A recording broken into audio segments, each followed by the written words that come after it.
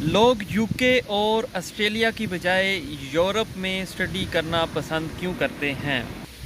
UK और Australia में Europe की निस्बत पैसा ज़्यादा है।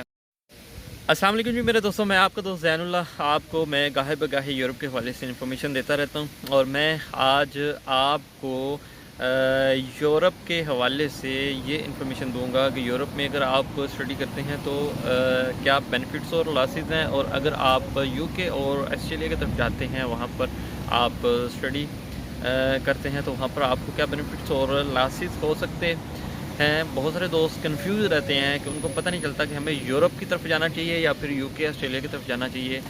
यूके ऑस्ट्रेलिया में क्या बेनिफिट्स हैं और यूरोप में क्या बेनिफिट्स हैं।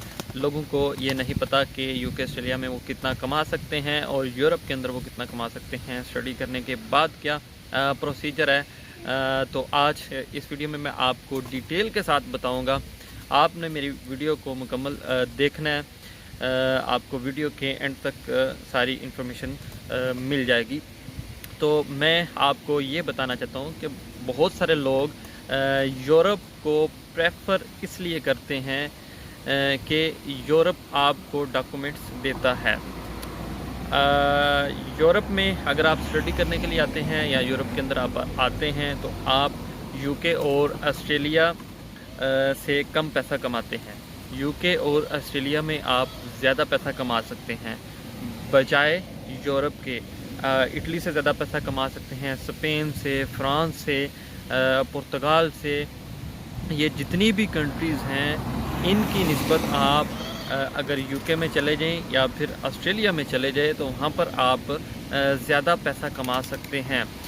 जहाँ इस वक्त मैं पुर्तगाल में मौजूद हूँ, पुर्तगाल का आपको बताता हूँ कि पुर्तगाल के अंदर अभी जो पर आवर सैलरी का जो रेट चल रहा है, यहाँ पर आवर के हिसाब से ही सैलरीज होती हैं मोस्टली।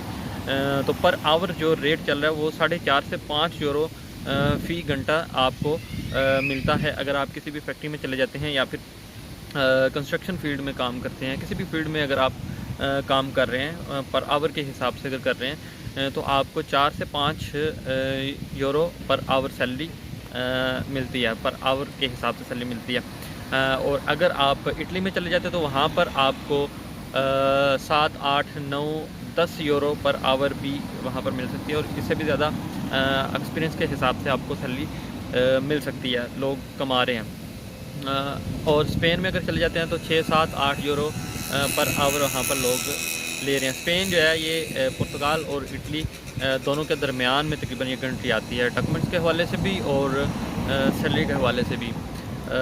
इनमें तीनों में आपको मैं फ़र्क ये बताता हूँ कि सबसे ज़्यादा पैसा आप इटली में कमा सकते हैं, उससे कम आप स्पेन में, और उससे कम आप पुर्तगाल में। पुर्तगाल में तो काम की सिचुएशन बहुत डिफ़िकल्ट है, यहाँ पर काम बहुत मुश्किल से मिलता है। लेकिन डॉक्यूमेंट्स के हवाले से अगर देखा जाए तो उल्टा है।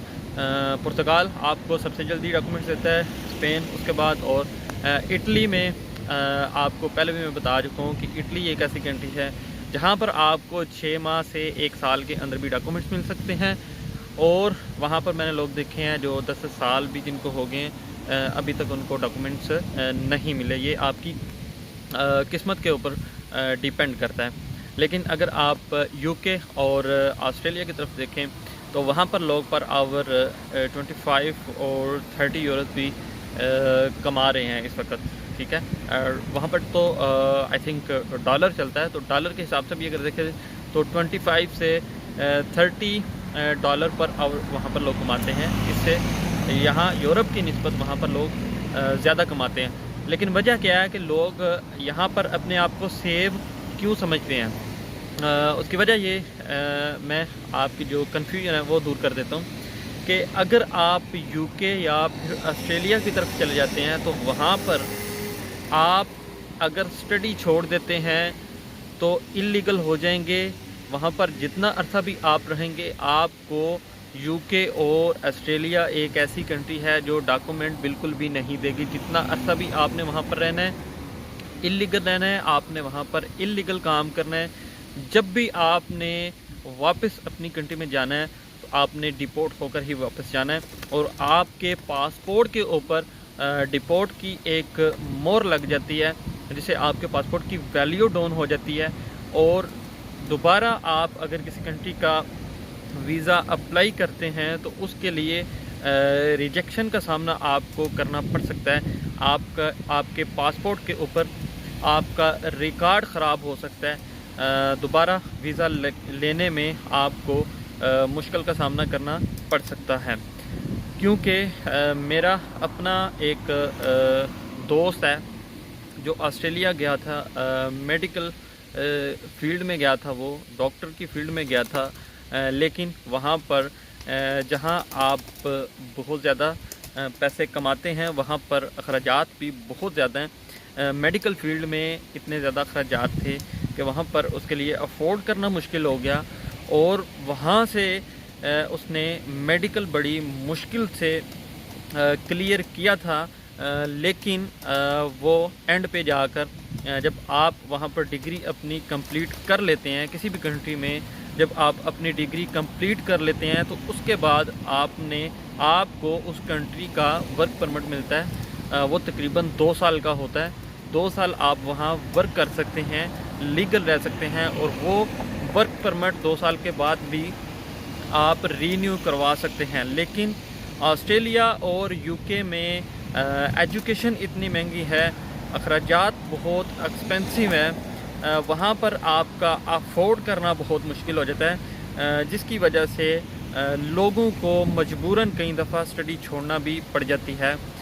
कभी आपको वहाँ पर काम नहीं मिलता तो आपके लिए वो अखराजात अफोर्ड करना बहुत ज़्यादा मुश्किल हो जाता है, जिसकी वजह से बहुत सारे लोग स्टडी को छोड़ देते हैं और वहाँ पर इल्लीगल हो जाते हैं, और इल्लीगल होने के बाद उनको यही टेंशन रहती है कि हमारा फ्यूचर ख़राब होगा, हमने स्टडी छोड़ दी है, हमें डॉक्यूमेंट्स नहीं मिलेंगे, हम कब तक यूके और ऑस्ट्रेलिया में रहेंगे। एक ना एक दिन उनको डॉक्यूमेंट्स की ज़रूरत पड़ेगी, उन्होंने अपनी होम कंट्री में एक ना एक दिन ज़रूर जाना है। तो यूरोप को लोग इसलिए प्रेफर करते हैं कि यूरोप के अंदर आप किसी भी कंट्री में आ जाएं।